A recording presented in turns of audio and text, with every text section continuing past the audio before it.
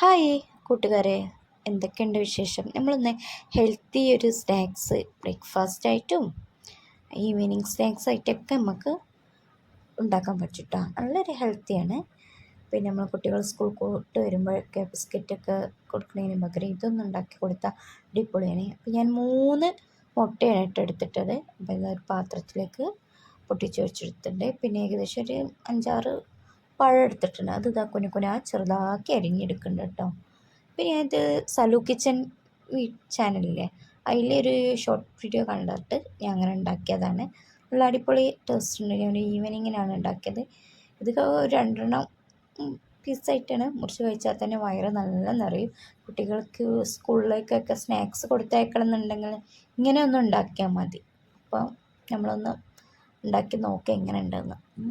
അപ്പം ഞാൻ എന്താ മുട്ടയിലേക്ക് കുറച്ച് ഏലക്കായും പിന്നെ നമ്മൾ അരിഞ്ഞ് വെച്ച പഴം ഇട്ട് കൊടുത്തിട്ടുണ്ട്.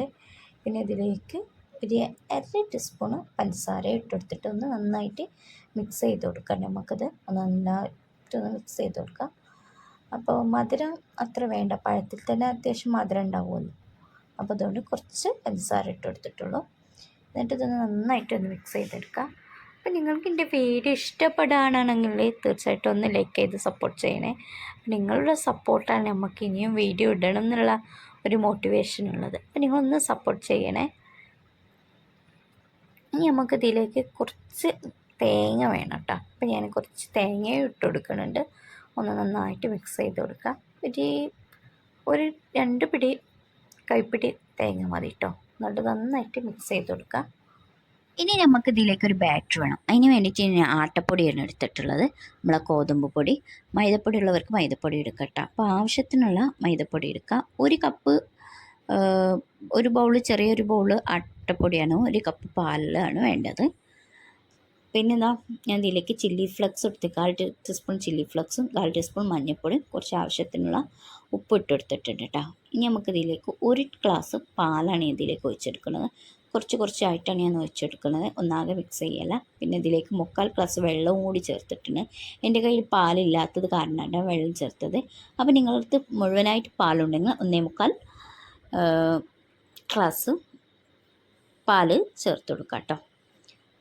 പിന്നെ ഇത് നന്നായിട്ട് മിക്സ് ചെയ്ത് കട്ടയൊന്നും ഇല്ലാതെ നന്നായിട്ട് മിക്സ് ചെയ്തെടുക്കുന്നുണ്ട്.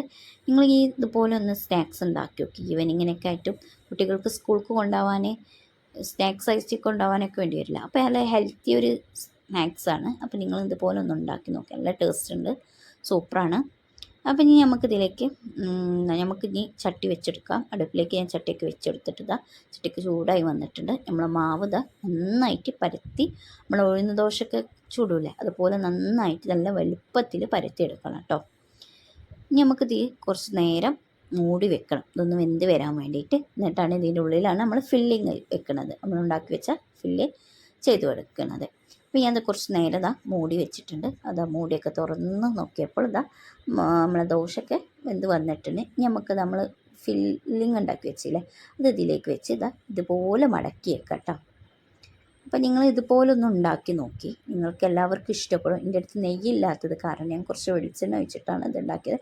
നിങ്ങൾക്ക് നല്ല മിൽമ നെയ്യ് ഉണ്ടെങ്കിൽ അത് വെച്ചിട്ട് നമുക്കൊന്ന് ജസ്റ്റ് ഒന്ന് ഫ്രൈ ചെയ്തെടുക്കാം കേട്ടോ. അപ്പോൾ കുട്ടികൾക്കും വലിയവർക്കും ആയാലൊക്കെ ഇതെല്ലാം ഇഷ്ടപ്പെടും. നല്ല ഹെൽത്തി ഒരു സ്നാക്സാണ്. നമ്മളിത് ആ സലു കിച്ചൻ വീഡിയോയിൽ കണ്ടിട്ട് ഞാൻ ഉണ്ടാക്കിയതാണ്. എൻ്റെ വീട്ടിൽ ഞാൻ ഉണ്ടാക്കി എല്ലാവർക്കും ഇഷ്ടപ്പെട്ടു. സൂപ്പർ ടേസ്റ്റാണെന്ന് എല്ലാവരും പറഞ്ഞു. നമ്മളത് റെഡി ആയിട്ട് വന്നിട്ട് നമുക്കതൊരു പാത്രത്തിലേക്ക് മാറ്റിയെടുക്കാം.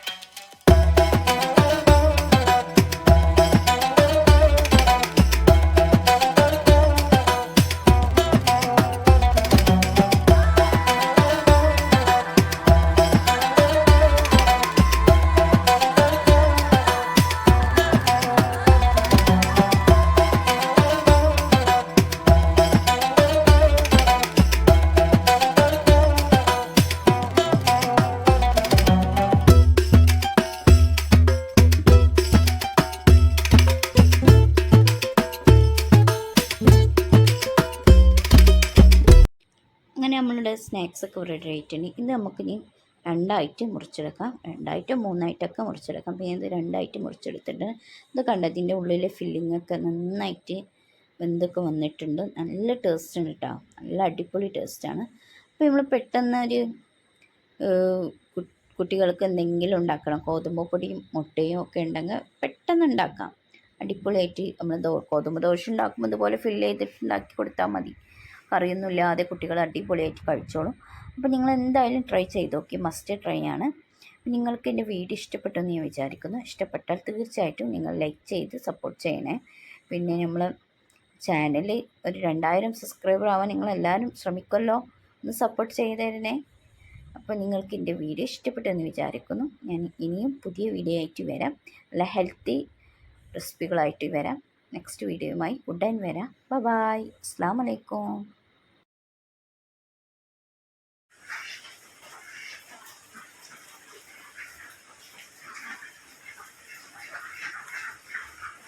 എങ്ങനെയുണ്ടാ ഫലാഹേ? സൂപ്പർ, നല്ല ഹെൽത്തി ഫുഡല്ലേ?